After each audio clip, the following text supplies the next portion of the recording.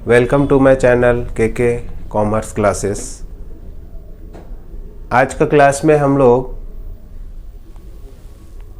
Special transaction का जो topic चल रहा था, ठीक है, उसी का कुछ भाग, कुछ अंश बचा हुआ है, जैसे recovery of stolen of goods, cash not recovered, ये सब ट्रांजैक्शन का एंट्री कैसे करेंगे वो आज हम लोग डिस्कस करेंगे। तो आज का वीडियो स्टार्ट करते हैं।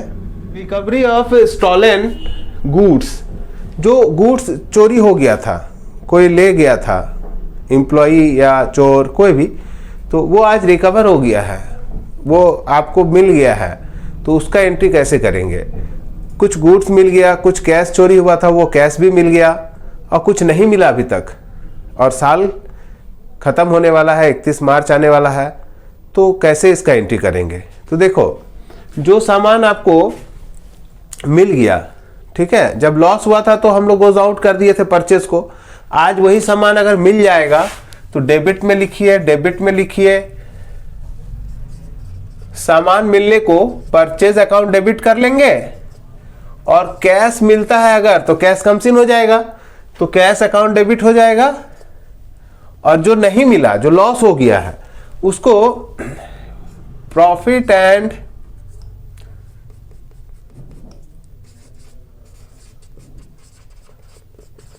लॉस अकाउंट में हम लोग ट्रांसफर कर देते हैं। तो जो मिला वो 5,000 का सामान, 1,000 कैश मिला, जो 2,000 नहीं मिला, सब मिला के आपका जो लॉस हुआ था वो लॉस अब नहीं होगा, लॉस बाय थेफ्ट। ये 8,000 का हुआ था, मान लो कि 8,000 का हुआ था, तो 8,000 में से 5,000 का सामान आपको मिल ही गया, 1,000 का कैश मिल गया, तो टोटल लॉस हुआ था 8,000, जिसमें 6,000 मिल गया, 2,000 नहीं मिला, तो वो लॉस आज हम लोग मान लेते हैं कि अब नहीं मिलेगा, इसीलिए इसको पीएल अकाउंट में ट्रांसफर किए। प्रॉफिट एंड लॉस अकाउंट क्या होता है? प्रॉफिट एंड लॉस अकाउंट साल के अंत में, end of the financial year, हम लोग फाइनेंशियल स्टेटमेंट जब बनाते हैं तो प्रॉफिट जानने के लिए हम लोग प्रॉफिट एंड लॉस अकाउंट बनाते हैं, जिसका डेबिट साइड में सब लॉस और क्रेडिट साइड में सब इनकम को लिखते हैं। डेबिट साइड में सब खर्चा और क्रेडिट साइड में सब इनकम को लिखते हैं। जो डिफरेंस होता है वो हम लोग का प्रॉफिट होता है, तो उसी पीएल अकाउंट में हम लोग उस लॉस को ट्रांसफर कर देंगे। दूसरा लॉस बाय फायर, आग लगने के कारण आपका गोदाम में, आपका दुकान में, आपका जहां माल रहता है, स्टॉक रहता है, वो जल गया, ठीक है। तो यहां जो लॉस होता है आग के कारण, तो जलता तो है गुड्स। कोई एसेट, अगर कोई एसेट का नाम पता है तो आप वो नाम बता सकते हैं कि कौन सा एसेट में लॉस हुआ है। यहां पर कुछ नहीं लिखा है, खाली लिखा है loss by fire 20,000 of goods, लिख देते हैं, गुड्स का नुकसान हुआ है। एंड फर्नीचर का हुआ है, चलिए इतना कर दिए, फर्नीचर 4,000 का जल गया, टेबल कुर्सी ऑफिस का सब जल गया। तो इसका एंट्री कैसे होगा? इसका एंट्री हम लोग कैसे करेंगे? एक डेबिट बना लो, लॉस किसके कारण हुआ, किस कारण से लॉस हुआ? आग लगने के कारण हुआ, तो आग लगने के कारण होगा, तो जब आग से कारण होगा तो आग को लिखना होगा, फायर को लिखना होगा, चोर ले जाएगा तो चोरी को लिखना होगा, तो लॉस बाय फायर हुआ है कितना? 20,000 और 4,000 कितना? 24,000। टू पर्च गोज आउट, भाई गुड्स गया तो देखो गुड्स नहीं लिखना, गुड्स गोज आउट होगा तो क्या लिखेंगे? परचेज या सेल। तो यहां पर देखो प्रॉफिट नहीं हो रहा है, जो पूंजी था उस पर ही आफत हो गया, तो जो कैपिटल था वो भी डूब रहा है, तो इसलिए यहां पर क्या लिखेंगे? परचेज। और टू फर्नीचर गया ना, तो आप यहां फर्नीचर लिखो, ठीक है। तो यहां परचेज में कितना रुपया जाएगा? 20,000। फर्नीचर में कितना जाएगा? 4,000। 20 4 24, 24,000 हो गया, ठीक है। ऐसे में क्या लिखते हैं हम? Loss by fire account debit 24,000 and to purchase 20,000 goods के लिए, अब टू फर्नीचर के लिए 4,000, ठीक है। अब है देखो, यहां से जो 14 नंबर जो टॉपिक है, इसमें 1 2 3 4 एंट्री है बारी बारी से। ये इंश्योरेंस का एंट्री है। इंश्योरेंस वाले से जब हम लोग ट्रांजेक्शन करते हैं तब हम लोग को स्टेप बाय स्टेप हम सारा एंट्री यहाँ पर आपको दिखा रहे हैं। हो सकता है सारा एंट्री आपको नहीं हो आपका जो ट्रांजेक्शन है उसमें जैसा होगा वैसा आप एंट्री करना, बट हम आपको चारों बता देते हैं, मतलब सारा ही ये लगभग है। ठीक है, तो loss of goods recovered from the insurance claim, आपको जो लॉस हुआ था ना आग के कारण, चोरी होने के कारण, वो सामान चला गया, आपको सामान मिला नहीं, आपको तो मिल रहा है, नहीं मिला तो क्या हुआ, आप उस सामान को इंश्योर्ड करके रखे थे, मतलब इंश्योरेंस करा के रखे हुए थे। तो अगर इंश्योरेंस कराते हैं और सामान चोरी हो जाता है तो भैया उसका भरपाई करना पड़ेगा किसको, इंश्योरेंस कंपनी को। इंश्योरेंस कंपनी को आप बुलाइए, पुलिस केस कीजिए, कंपनी को क्लेम कीजिए, तो कंपनी के लोग आएंगे, वेरिफिकेशन करेंगे आप सही बोल रहे हैं कि झूठ बोल रहे हैं, और आपका जो लॉस हुआ है उसका एस्टिमेट करके वो लोग क्लेम बनाएगा और आपको कितना पैसा वो पे करेगा, वो कुछ प्रोसेस होता है, वो लोग करके आपको बताएगा कि आपका इतना लॉस हुआ है, जिसमें इतना लॉस हम देंगे या इतना देंगे, कुछ भी फिगर आपको बताएगा। बारी बारी से हम लोग देख लेते हैं किस हिसाब से होता है। Loss of goods recoverable from the insurance company, यहां पर सिर्फ हम लोग ये जानेंगे कि जो भी लॉस हुआ है उसका रिकवरेबल मतलब मिलेगा किससे, इंश्योरेंस कंपनी से। भैया जब इंश्योरेंस कंपनी का आपको क्लेम मिलने वाला है, मिला नहीं अभी, देखो इस वर्ड का मतलब क्या होता है कि मिला नहीं है, इन फ्यूचर में मिलेगा। तो जो लॉस आप दिखा रहे हो इधर, ये लॉस होगा नहीं होगा, क्योंकि चोरी तो हुआ है, आग तो लगा है, मगर पैसा देने वाला भी तो कोई खड़ा है, इंश्योरेंस वाला। तो आपको जब ऐसा होगा कि पैसा मिल जाएगा बाद में, अभी मिला नहीं, मिल जाएगा, क्लेम किए हैं बाद में मिल जाएगा, तो अभी तो मिला नहीं है, फिर भी हम पार्टी बना लेंगे। हम किसको जानते हैं उसके बाद, लॉस होने के बाद, चोरी होने के बाद, आग लग जाने के बाद मेरा सामान का मालिक कौन बनेगा, इंश्योरेंस कंपनी। समझ लो कि वो सामान का जो भी लॉस हुआ वो पे करेगा। तो हम पार्टी बनाएंगे, डेटर बनाएंगे, किसको, इंश्योरेंस कंपनी को।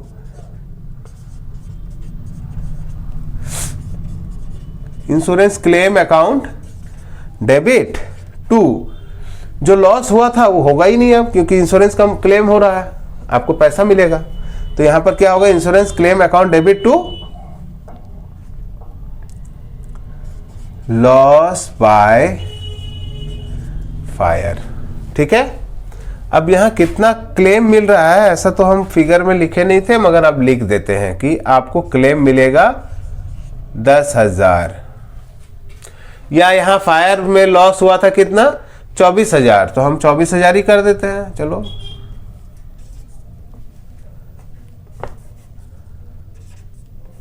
ठीक है, तो 24,000 हम पाने लगे किससे, इंश्योरेंस कंपनी से। ठीक है, अब क्या है दूसरा नंबर केस में, व्हेन इंश्योरेंस क्लेम रिसीव्ड हो जा रहा है, आपको इंश्योरेंस क्लेम क्या होगा, रिसीव्ड हो गया, मतलब पैसा मिल गया तो ले लेंगे, कितना ले लेंगे, जितना मिलेगा, जितना क्लेम किए थे उतना मिलेगा।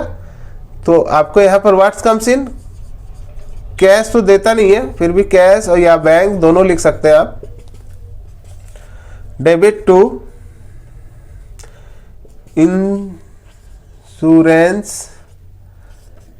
Claim account. कितना मिल जाएगा, पूरा पैसा क्लेम मिल रहा था तो पूरा पैसा मिलेगा। ठीक है, यहां आपका पैसा आ गया और देने वाला कौन है, इंश्योरेंस क्लेम जो हम डेबिट किए थे यहां, उसको आप क्रेडिट कर दिए, इंश्योरेंस क्लेम कैंसिल हो गया, आपका bank account debit to loss by fire हो गया, लॉस बाय फायर यहाँ डेबिट किए थे यहाँ क्रेडिट हो गया, वो भी खत्म हो चुका है। तो आप क्या होगा, cash account debit to purchase account और फर्नीचर अकाउंट, मतलब कैश आ रहा है, परचेज मतलब गुड्स जा रहा है, फर्नीचर मतलब फर्नीचर जा रहा है, सिंपल है बहुत। ठीक है, देखो ये पर्सनल अकाउंट होता है भाई, इंश्योरेंस क्लेम ये पर्सनल अकाउंट है, हम इनसे पैसा पाते हैं, अभी ये गिवर बन रहा है। ठीक है, अब क्या है, when insurance claim partially admitted, oh आप क्लेम किए थे कितना, 24,000, बट इंश्योरेंस कंपनी क्या बोल रहा है कि आपका लॉस 24,000 हुआ होगा, बट हम लोग वेरिफिकेशन किए हैं जिसमें हमको पता चला है कि इतना सामान शायद आपका जला नहीं होगा, तो हम लोग आपको क्लेम मात्र 10,000 ही दे पाएंगे। ठीक है, तो यहां क्लेम में ले लेते हैं 10,000 और बाकी balance transfer to PL account 14,000। आपका 24,000 में इंश्योरेंस वाला कितना देगा? 10,000 देगा। और 14,000 का क्या होगा? वो लोग मान नहीं रहा है कि ये लॉस हुआ है, तो वो क्लेम नहीं देगा। तो इसका एंट्री क्या होगा? जैसे ही एडमिट हो गया है क्लेम, तो आपको एडमिट हो गया है मगर अभी मिला नहीं है, ठीक है, तो इंश्योरेंस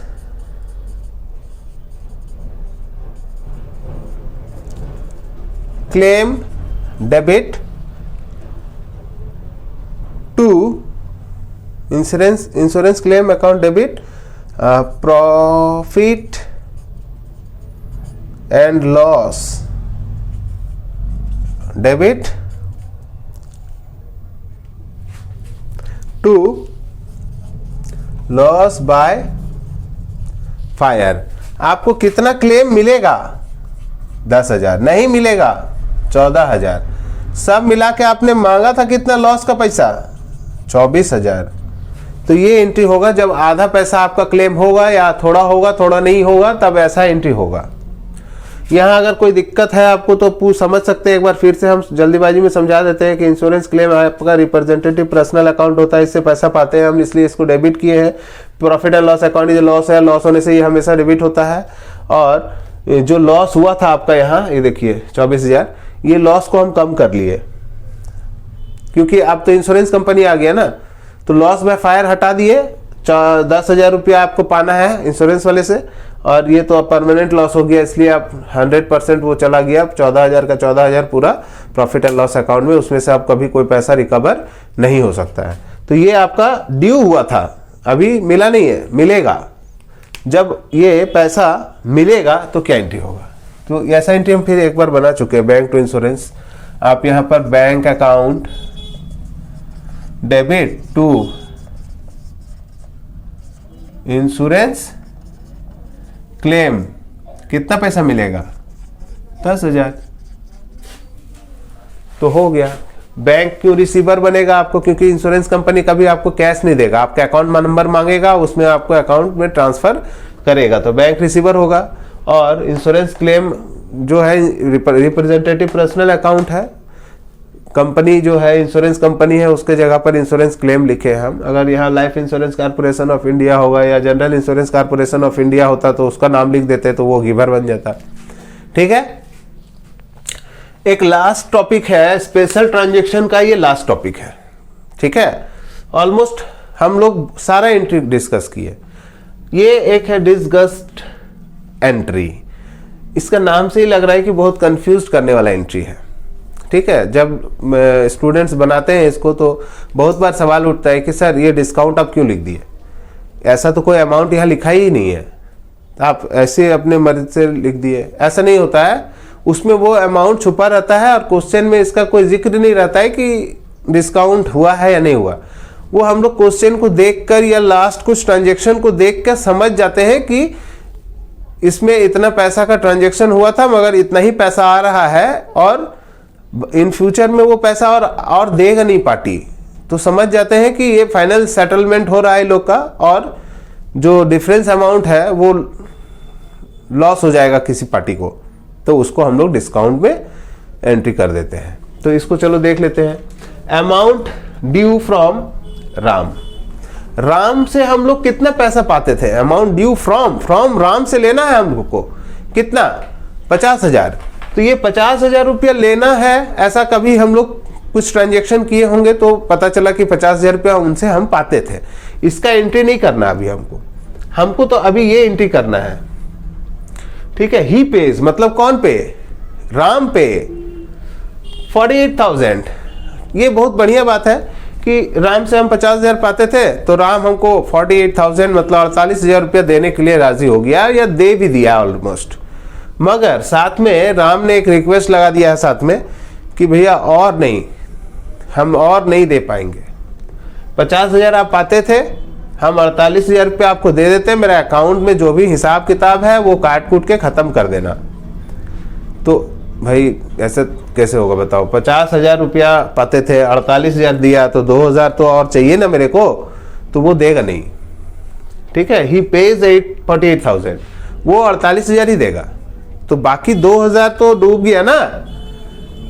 तो यहाँ पर अगर हम अलाउ नहीं करते हैं उसको, नहीं हम बोलते नहीं 2000 हम पाएंगे बाद में दे देना, तो 1 साल बाद हम उसको बैड डेब्ट करना पड़ता हमको, क्योंकि अगला तो देगा नहीं ना, अब मेरा मर्जी के खिलाफ वो नहीं दे रहा है, ठीक है, तो वो बैड डेब्ट लिखना पड़ेगा उस समय। मगर अभी तो हमको वो बोल के जा रहा है कि फुल सेटलमेंट कर लेना, हम और पैसा नहीं देंगे, तो हमको उसको क्या करना है, स्वेच्छा से समझ लेना है, एक्सेप्ट कर लेना है कि ये लॉस हमको हो चुका है, चूना लग चुका है और वो पैसा मिलेगा नहीं, तो हम उसको डिस्काउंट दे देते हैं, जाने दो, ठीक है। तो ऐसा जब होगा तो एंट्री क्या होगा, यहाँ एक डेबिट रखना, अगर कैश आ रहा है तो कैश डेबिट होगा, और एक चीज हमेशा याद रखना कि कैश के साथ ही डेबिट होगा डिस्काउंट भी। कैश अगर डेबिट होगा तो डिस्काउंट भी डेबिट होगा, कैश अगर क्रेडिट होगा तो डिस्काउंट भी क्रेडिट होगा। ये जो डिस्काउंट होता है ये कैश ट्रांजैक्शन का लक्षण है इसमें, ठीक है। कैश रिकवर हो रहा है या फिर कैश पे कर रहे हैं हम किसी पार्टी को, तब हम लोग कैश डिस्काउंट करते हैं।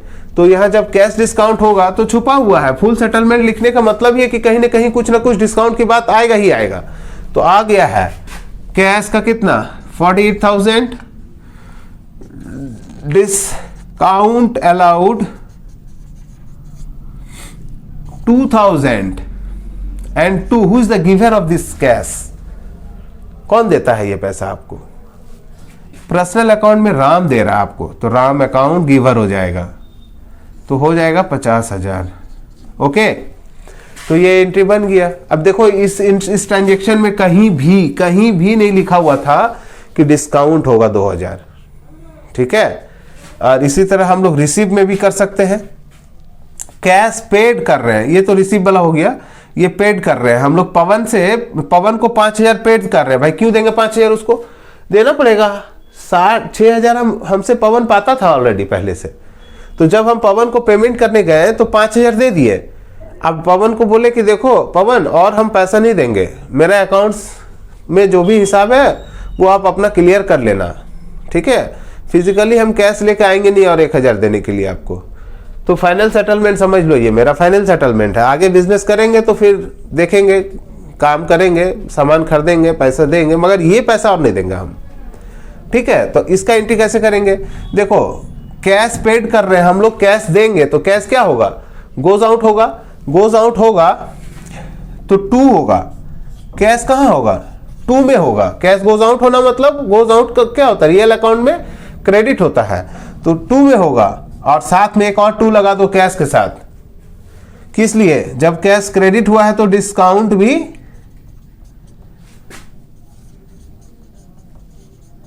रिसीव क्रेडिट होगा, और डेबिट पहले एक लाइन यहां डेबिट का होगा कि इसको दे रहे हैं पैसा हम पवन को। पवन कौन सा अकाउंट है, रियल अकाउंट है कि पर्सनल अकाउंट है कि नॉमिनल अकाउंट है, ये पर्सनल अकाउंट है। तो राम अकाउंट पर्सनल अकाउंट में से डेबिट द रिसीवर होता है, तो डेबिट वाला लाइन खाली है, तो रिसीवर कौन है, पवन, अकाउंट डेबिट। कितना पैसा पवन हमसे कितना पाता था 6,000, और कैश कितना दिए हम 5,000, और डिस्काउंट कितना मिल गया हमको 1,000। ऐसे करके ये एंट्री बनता है। तो देखो आज का जो टॉपिक था स्पेशल ट्रांजैक्शन का वो सारा खत्म हो गया है। आज हम लोग ये तीसरा